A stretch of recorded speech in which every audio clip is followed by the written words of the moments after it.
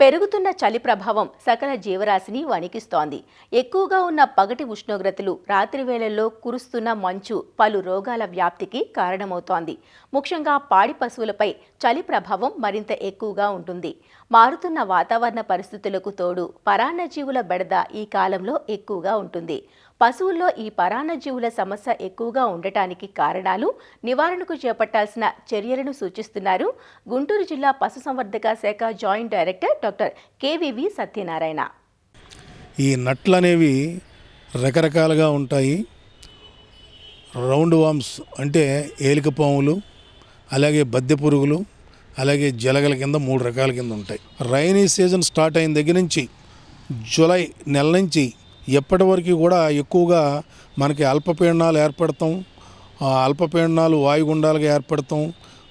రైతు సోదరులందరికీ కూడా వ్యవసాయంతో పాటు పశుగ్రాసాలు కూడా తడిసిపోవడం, ఈ తడిసిపోయిన పశుగ్రాసాల్లో మరి ఈ గుడ్లు పెరిగి పాడి పశువులకి అనర్థాలు చేయడం, ఇలాంటి కార్యక్రమాలు జరుగుతున్నాయి. కాబట్టి ఏ పరాన్నజీవులు ఉంటాయో ఆ గడ్డిని తిన్న పాడి పశువుల శరీరంలోకి ఈ గుడ్లు వెళ్ళి అవి పిల్లల కింద రూపాంతరం చెంది అవి మరి దాని శరీరాన్ని, వాటి యొక్క కణజాలాన్ని, రక్తాన్ని, ఆ శరీరంలో ఉన్న అవయవాల కార్యాన్ని కానీ, ఆ లంగ్స్ని కానీ, ఇలాంటి అన్నిటిని కూడా పాడు చేయడం వల్ల మరి పశువు యొక్క శారీరక బరువు తగ్గుతుంది. కడుపులో ఇంటెస్టైన్లో ఉండటం వల్ల వాళ్ళు తిన్న ఆహారం వాటి శరీరానికి వెళ్ళకుండా ఈ పరాన్నజీవులు తినడం వల్ల ఆ రక్తంలో కలగపోవడం వల్ల ఈ పోషక విలువలు, పాలు కూడా దిగుబడి తగ్గుతుంది.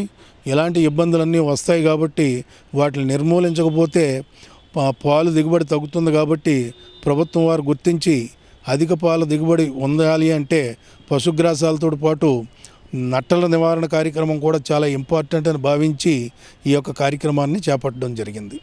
మనం పాడి పశువుల్ని ఎక్కడ పడితే అక్కడ చలముల్లో తాకుండా ఇంటి దగ్గర మనకి వాటర్కి ప్రవహించే వాటర్ తోటైతే ఇబ్బంది లేదు, కానీ నీటి నిల్వ ఉన్న ప్రదేశాల్లో ఈ పాడి పశువుల్ని మేపడం వల్ల అవి గడ్డి తింటూ వాటర్ కూడా తాగుతాయి.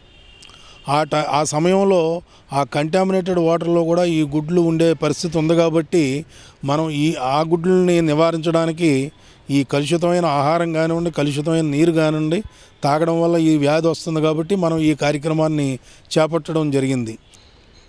ఎక్కువగా పాడి పశువుల్ని వాటి యొక్క శరీర బరువుని కానీ సరిగ్గా ఎదగకుండా, బాడీ డెవలప్మెంట్ లేకుండా చేయడానికి, పాలు దిగుబడి తగ్గడానికి, అలాగే పశువు శరీర బరువును కూడా పూర్తిగా లేకుండా చేయడానికి ఇవి అనర్థకాలుగా ఏర్పడతాయి. కాబట్టి వీటిని నివారించవలసిన బాధ్యత పశుసంవర్ధక శాఖకి ఉంది.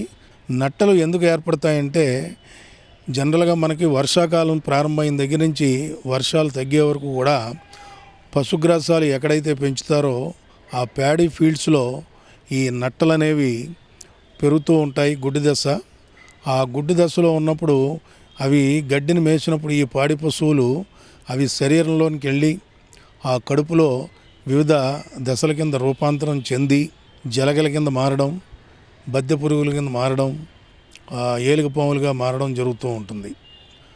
వాటిని నిర్మూలించకపోతే లేగదోళ్ళకు కానీ, పాడి పశువులకు కానీ శరీరంలో ఎన్నో అనర్థాలు జరిగి పాడి పశువులు అయితే పారుతూ ఉంటాయి, కళ్ళంటా పుసులు కడుతూ ఉంటాయి, బరువు పెరగు, పాలు తగ్గిపోతూ ఉంటాయి. ఇలాంటి లక్షణాలని రైతు సోదరులు వెంటనే గమనించి సమీపంలో ఉన్న పశు వైద్యశాలకి ఆ యొక్క పేడను తీసుకెళ్ళినట్టయితే వాళ్ళు పరీక్ష చేసి వాటి యొక్క లోపల ఉన్న పురుగును బట్టి దానికి సరైన మందుని పశుసంవర్ధక శాఖ సిబ్బంది ఇస్తారు. దానివల్ల ఆ యొక్క వ్యాధిని మనం నివారించుకోవచ్చు. లేగదోళ్ళలో అయితే ఎక్కువ ఏలికపాములు, బద్దె పురుగులు ఉంటాయి. కాబట్టి ఫెనబెండజోల్, ఆల్బెండజోల్, నిక్లోజమైడ్ ఇలాంటి మందులను వాడుకోవాలి. ఆల్బెండజోల్ అయితే మనం వాటి యొక్క శరీర బరువును బట్టి కేజీకి 5 నుంచి 10 గ్రాముల దాకా ఇచ్చుకోవచ్చు. ఫెనబెండజోల్ అయితే 20 నుంచి 30 mg దాకా ఇచ్చుకోవచ్చు. ప్లాజిక్వాంటాల్ కానీ, నిక్లోజమైడ్ కానీ అవి బద్దె పురుగులకు ఉపయోగపడతాయి. కాబట్టి వాటిని కూడా 10 ఎంజీలు చొప్పున శరీర బరువును బట్టి దాని యొక్క శరీరం ఎంత ఉంటుందో చూసుకొని క్యాలిక్యులేషన్ చేసుకొని జాగ్రత్తగా ఇచ్చుకోవాలి.